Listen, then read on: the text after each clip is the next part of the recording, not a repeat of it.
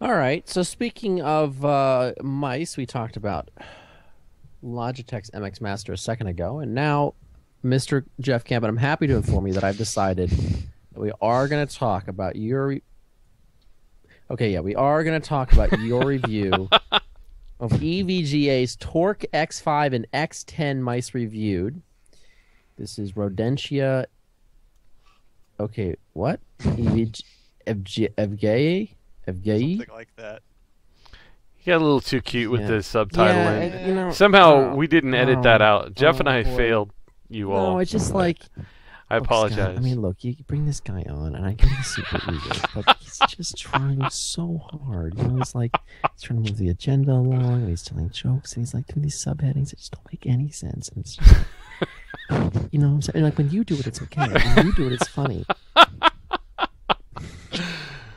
Okay, I'm kidding. Anyway. It's not easy being the new guy around Jordan. No. I mean, look, Yeah. I've been the new guy for a long time, so I'm really happy that there's finally somebody else. That's true. That's true. That's the dynamic has yeah, changed. So, anyway, has a target on your back of your head.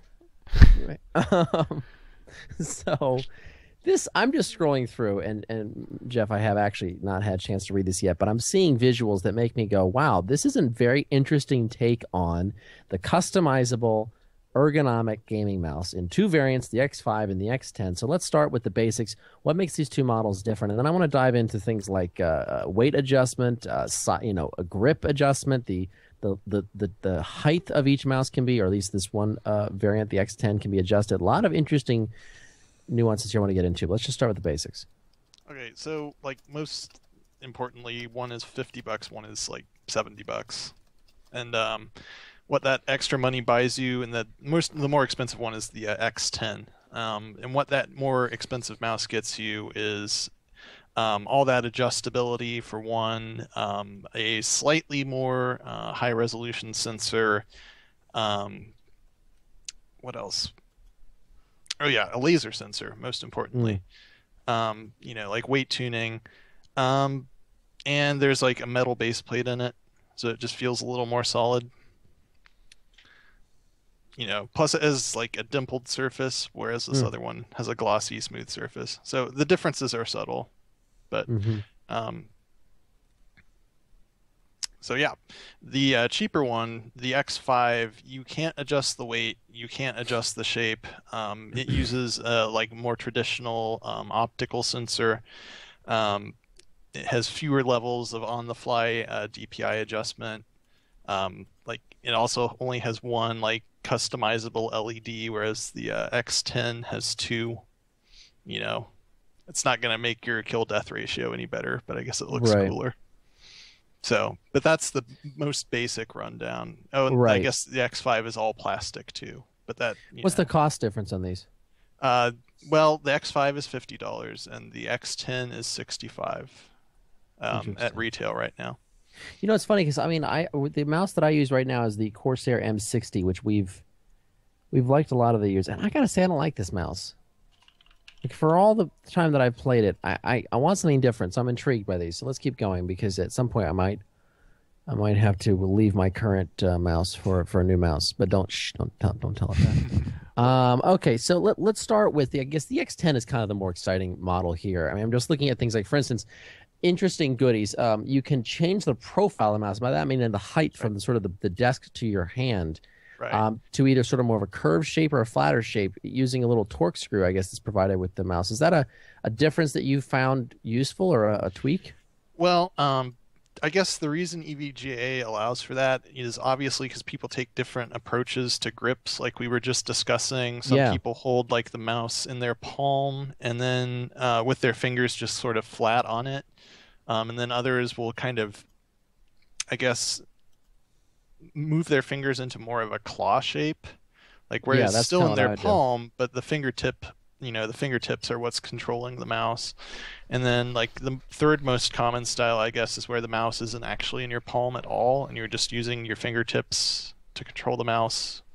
But the reason they did this is so that you can like get more height in your palm or just more like mouse in your palm, depending on the shape of your hand, I guess. Like if you have shorter fingers, you might have a flatter shape. Maybe longer fingers might require more of an arch. I'm just speculating, but Mhm.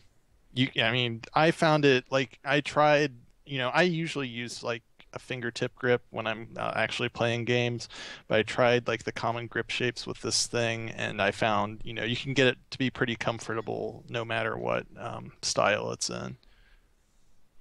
So it is actually useful, I think. Yeah, no, that makes sense. There's also other little tweaks, like for instance, you can adjust the weight of the M10, and there's a sort of a cover that pops off the top of it. I don't think I've ever seen Yeah. a mouse that's adjustable through the top and not through the Yeah, bottom. this is kind of a unique design. Like the actual top cover of the mouse buttons pop off, and they're like these little silos in there, and you drop cylindrical weights into them, and that's Hmm. how you tune it. Um, it's neither here nor there. I don't think like most people want a mouse.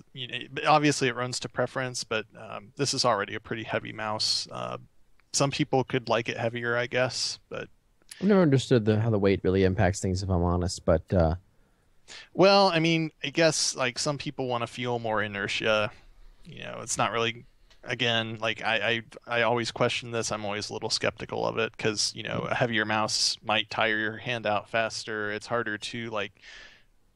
I mean, just it's harder to overcome that inertia when the mouse is in motion if it's heavier. So if you're having to flip back and forth a lot, that could be a problem. So I sure. was fine with it out of the box. So now we come to the software, and this looks. I mean, it's a pretty sexy looking customization software. This is EVGA's Unleash software. Right. The one you're And using here for the demo, I presume, is the X10.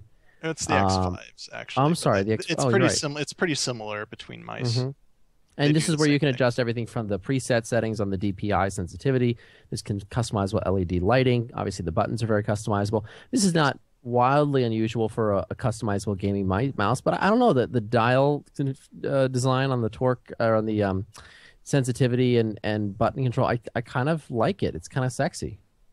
Yeah, I mean, it looks like they have like I guess a GPU overclocking utility called Precision X10 or something like that, and it's got a similar design to that. So if nothing else, they're maintaining consistency. Hmm. But it's if you want to customize the mouse, this makes it pretty easy. Like you can reassign button functions. You can assign macros to buttons. Um, like you can create sequences of keys or mouse button presses and actually like just map that kind of whole thing to a just a button on the mouse. I guess if you have a repetitive action that you want to perform quickly in a game without occupying your left hand or Sure. right hand as the case may be. And you can like set up 5 different profiles in the software that are saved to the mouse. So you can set up like profiles for like I guess if you have Counter-Strike profile, I don't even know anymore. League of Legends, Dota, something like Right. that. Right. And then you can switch among those. Like the mouse itself has a button on it to switch among those profiles, so you don't have to have this software installed. Like if you go to a different computer or something, you can just carry those with you. So that's nice.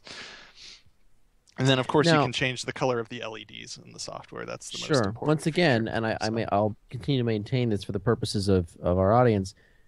Changing the color of the mouse and the inclusion of LEDs, that is what impresses the ladies. Let's just not forget that. It's an important distinction. Whether you're talking inside of a case, whether you're talking along the bottom trim of a car, if you have a lowrider situation, lighting, folks. Chicks dig lighting, or not lighting. If you're ugly, turn the lights off.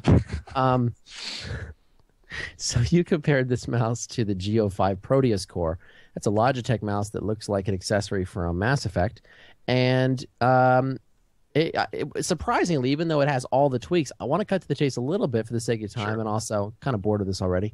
I'm just I'm kidding. sorry. It does seem like, surprisingly, the X5 kind of came out on top. Yeah.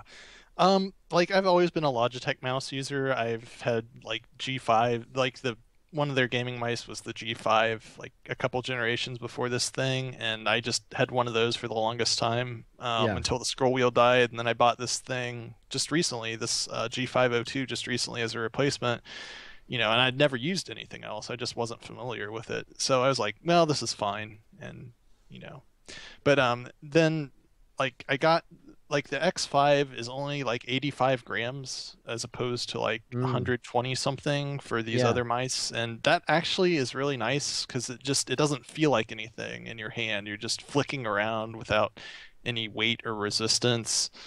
And like the other thing with the X5 is that its buttons felt a little better than its more expensive sibling. Like the X10, because I think the top comes off, it has like a maybe 3/4 of a millimeter to a millimeter of dead travel or something in the mouse buttons, and it just doesn't feel as good. But I really like this thing. I was really impressed with it. For $50 too, that's a great stocking stuffer. That's a great.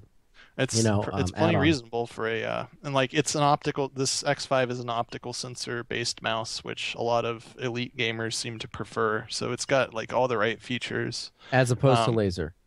Yeah, as opposed to laser. There are points of distinction between the two, which we won't argue. But some people prefer laser, some people prefer optical. It doesn't really matter in my experience, but between the price and the feature set and all that, I did decide to say, we recommend this mouse. It's a TR recommended winner. Nice. So, it's funny, Scott, because again, going back to you and I with our palms rested on the table, the M65 that I have has the has that sniper button. You hold it down and it lowers the DPI to whatever setting you want it to be. So for sniping, you can really get precise.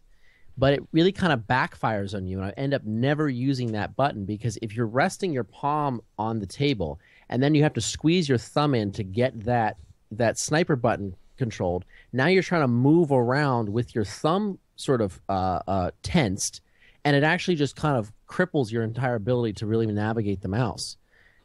So I look at this X5, Jeff, and I wonder if this could be something that I would really get into. So I appreciate your review.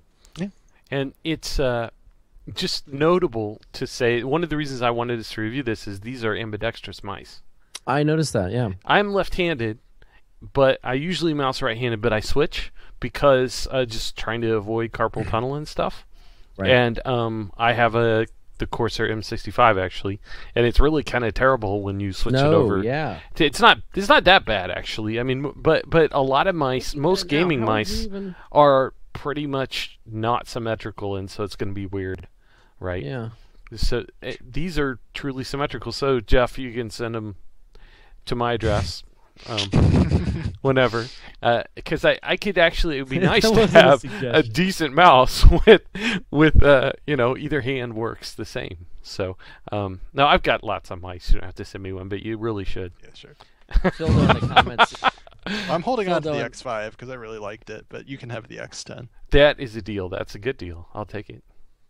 A few people in the comments, including Phildo, are agreeing that the claw grip doesn't really work for the sniper button, which has certainly been my experience. But yeah, I never use the sniper button. You know what also doesn't work? I find that if I had a sniper button that was sort of not holding it down, just hit it once, then it would work, I think, a lot better. That's an interesting point. And I've noticed a lot of games now, or some newer games, kind of have an option if you're crouching or running to set that key as a toggle or a hold down. So it would be nice for sniper buttons if they have that, because I had the same problem. I just found it awkward to kind of hold onto the mouse more tightly while doing that sort of sniper style shooting. So yeah,